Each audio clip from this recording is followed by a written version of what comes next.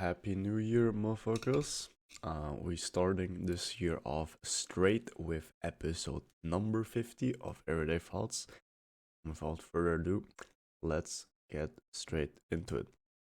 So, you can almost always, or you know what to do. Don't shit yourself, you know what to do. It's the same thing with me. I know what to do. It's especially when it comes to learning. That's why I got this channel, so I actually fucking have to hold myself accountable almost every single day. If I don't post, it's a sign of me lacking and not learning or not having done anything that I can share.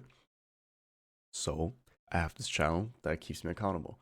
So I know what I have to do, but often I just don't do it. And I think I'm not alone in this. I think everyone's quite similar in this, but that's the issue. You just gotta fucking get after it and do the thing. Even if you hate it. If you hate it, your fucking AMCC, whatever, will grow. Neuroplasticity, whatever. It goes both ways. You can gain. It's almost in everything in life. You can gain, but you can also lose. It goes both ways. So don't just think, okay, if I don't do it, well, I'll just stay at the same point. No, some on the way along, you probably will go back. And setbacks are okay, yes. But setbacks are there for you to jump back and be even better after it and to go more after it. So find out the things that for you especially are important. For example, you want to lose weight, you want to gain weight, whatever. You know what to do, but you have to do it.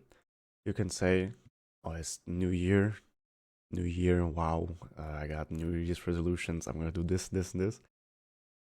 Well, for the one time, then actually fucking do it. You know what you have to do, you have New Year's resolutions, then go after it and actually do it. And that's the thing, especially when you don't want to do it, then it's important to do it because first of all, scientifically, biologically, your willpower will increase because your AMCC will grow. And on the other hand, just doing something that doesn't feel good or you don't want to do and then finishing it just feels so fucking rewarding and so good. So why not? That's always the thing I ask myself before or when I'm faced with something I really don't want to do. It's like, but what if I did this? And how good will it feel once I've done it? It's actually crazy because once you've done it, you just feel so happy that you did it.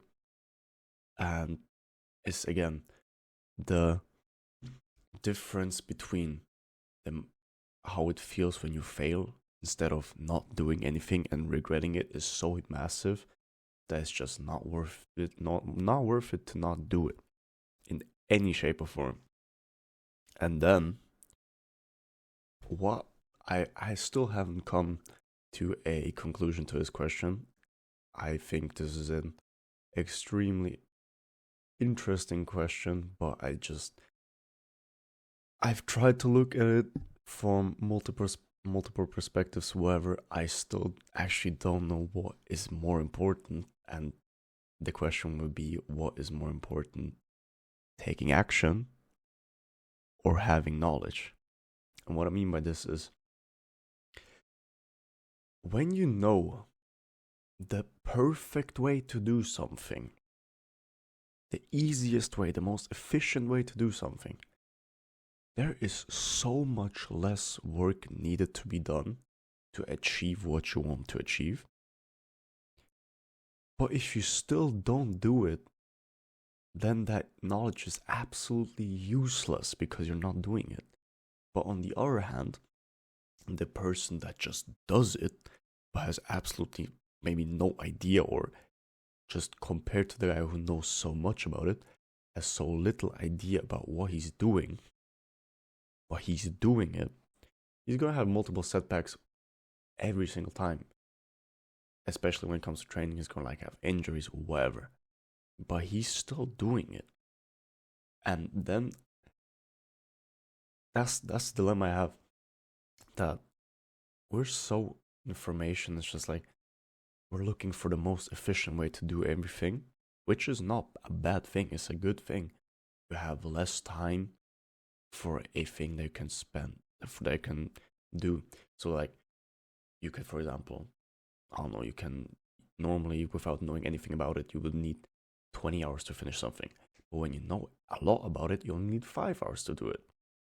So it's obviously better to know more about it, but you still have to do it. That's the thing. You just gotta go after it, after what you have to go.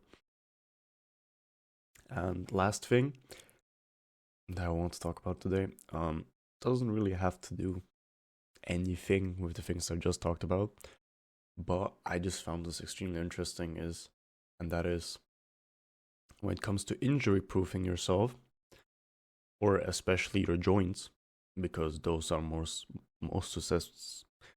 susceptible, I think that's how you say it, I hope so, to injuries, or that those are most affected by injuries most often.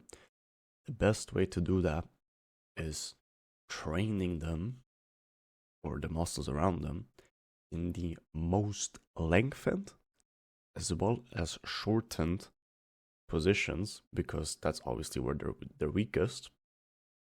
And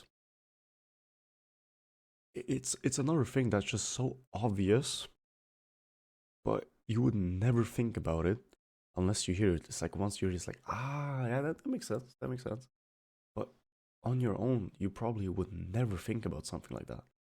So if you're dealing with injuries, or you get injured a lot often, just look deeper into it. I could make another video on that. But that's basically it for today. Hope you had a nice new year, and I'll see you tomorrow. Yeah.